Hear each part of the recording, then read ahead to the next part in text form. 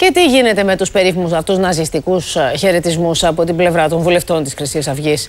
Έχουμε από τη μία ΕΔΕ για την υποψηφιότητα του Περιφερειάρχη στην Κρήτη και από την άλλη στη Βουλή τι συνέβη, Αντώνη? Λοιπόν, μετά τη θύελλα αντιδράσεων που προκάλεσε ο Μιχάλης Αρβανίτης με το χαιρετισμό του και το χαιρετισμό τον οποίο μιμήθηκαν στο ακροατήριό του κατά την παρουσίαση του Περιφερειάρχη στην Κρήτη, ο κύριος Αρβανίτης, μιλώντας χθες σε μένα εδώ στο περιστήλιο της Βουλής σε μια δήλωση μπροστά στις κάμερες, εμφανίστηκε αμετακίνητος ως προς το συμβολισμό αυτό του χαιρετισμού του. Όπως είπε χαρακτηριστικά, πρόκειται για ένα αρχαιοελληνικό χαιρετισμό, ο οποίος απονείμει τιμή στα θεία αλλά και στους νικητές. Ο κύριος Αρβανίτης είπε μάλιστα ότι και η Βουλή είναι γεμάτη μέανδρους. Τι σημαίνει αυτό, λέει? Επειδή εμείς έχουμε ως σήμα το μέανδρο, όλη η Βουλή είναι χρυσαυγίτες.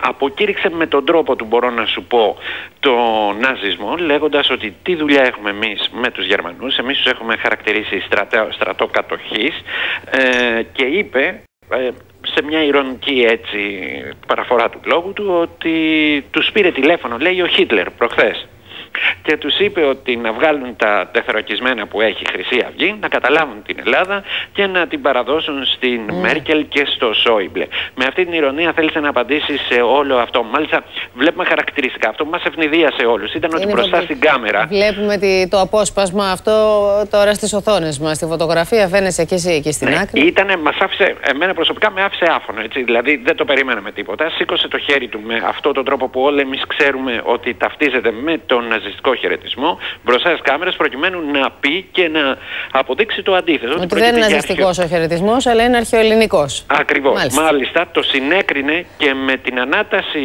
του χεριού στις στιγμές ορκομοσίας με το τριαδικό σχήμα. Είπε και εκεί σηκώνουμε το χέρι. Ο καθένας σας βγάλει τα συμπεράσματα. Εκεί σηκώνουμε τα χέρια ψηλά κι εμείς, δηλαδή. Τι να πει κανείς.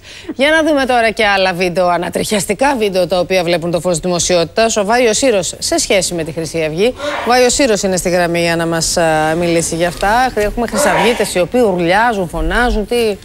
Ακριβώς, υπάρχει ένα ανατριχιαστικό βίντεο από πορεία ατόμων της Χρυσής Αυγής, όπου... Ακούστε λίγο τον ήχο, να ακούσουμε λίγο τον ήχο.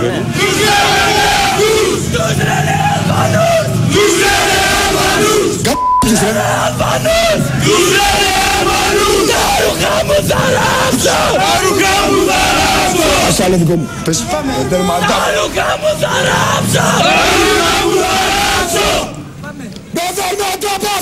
Ανατριχιαστικά πραγματικά, έτσι. Λοιπόν, είναι μια ομάδα χρυσαυγητών. Δεν ξέρω αν είναι ξεκάθαρος ο οίκος, νομίζω είναι ξεκάθαρο. Το σύστημα που λένε, δεν γίνεται. Λένε, τους βλέπετε αυτούς, δείχνουν τους Αλβανούς, τους λέμε Αλβανούς, τα ρούχα μου θα ράψω, με δέρματα από αυτούς. Όσον αφορά, Πόπη, την παρουσία του αστυνομικού, ο οποίος εμφανίστηκε στην εκδήλωση της Χρυσής Αυγής στην Κρήτη ως υποψήφιος περιφερειάρχης του νησιού, από την αστυνομία διατάχθηκε έρευνα και το επίμαχο υλικό μεταφέρθηκε στη δικαιοσύνη για να διαπιστωθεί αν χρήζει ποινικής αξιολόγησης. Να σε ευχαριστήσουμε πολύ, στη Δέσποινα Μανδελενάκη, τώρα για εξωτερικές ειδήσεις.